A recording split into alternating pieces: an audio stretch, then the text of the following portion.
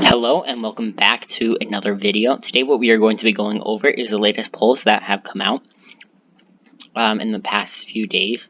When it comes to presidential approval, Donald Trump is starting to stagnate and level off on his 16-point disapproval rate, which is, again, 100% insane. The fact that our president is losing by so much, right, especially right before Election Day. He is somewhat on par with George H.W. Bush, who was the incumbent back in 1992 and lost to Bill Clinton. So this might be a 1992 reversal in 2020. What else? He also is on par with Lyndon B. Johnson, but then again, he doesn't really need to be like that.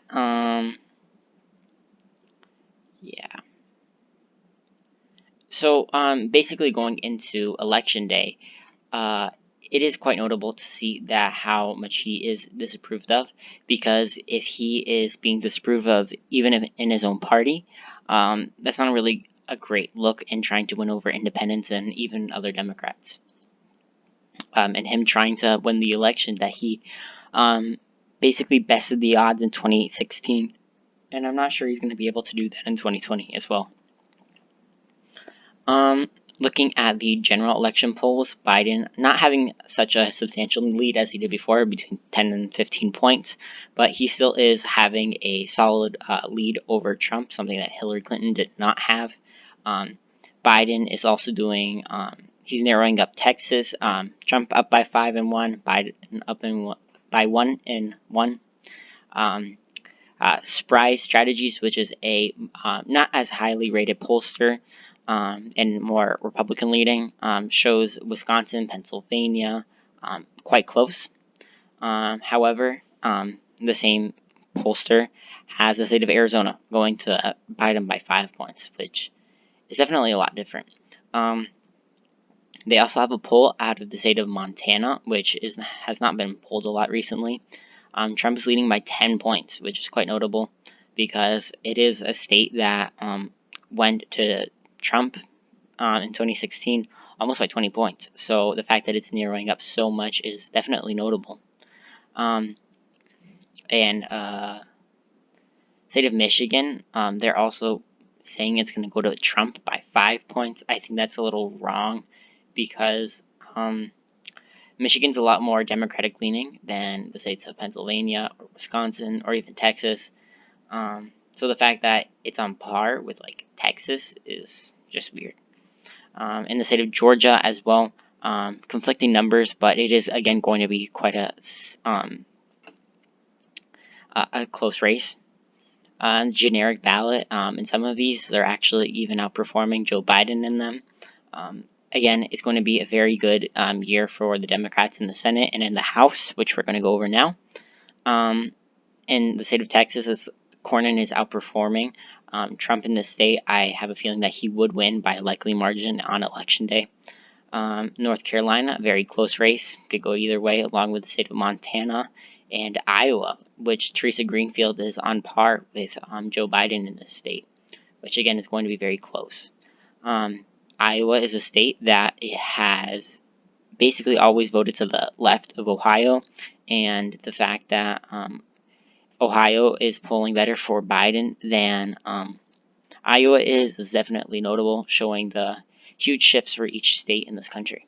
The state of Georgia, Collins again is leading. This poll does not have Raphael Warnock in it, and I think if they did, it might show a different picture, as Lieberman likely would not be the second place finisher. If anything, it would be Collins and Loeffler, 1 and 2. I think that might be how it ends up in Election Day. And John Ossoff in 2 polls is basically within the margin of error with David Perdue. So again, another super close race, and Mark Kelly's still sustaining his lead. Another huge poll that I thought might be a little notable is Michigan's 6th congressional district, which a Democratic challenger is leading the Republican incumbent by 20 points. If we were to look back at the House forecast in 538, they are expecting Michigan's 6th congressional district to go to the Republicans by 7.2%. And the fact that this poll is basically having the Democrat win by 20 points is absolutely insane. I do need to point out the fact that this is a Grav's marketing poll, and they are in no means a good pollster. They almost never correctly predict elections, but this is not within the margin of error. This is an absolutely substantial lead for Richardson, and might be a lot closer than a lot of news outlets and media are projecting. Sidney Axine, the incumbent, is either on par or is slightly losing to Young, but again within the margin of error. Kansas's 2nd congressional district, again a district that is expected to go to the Republicans by a likely margin, 10.7% in the JHK forecast,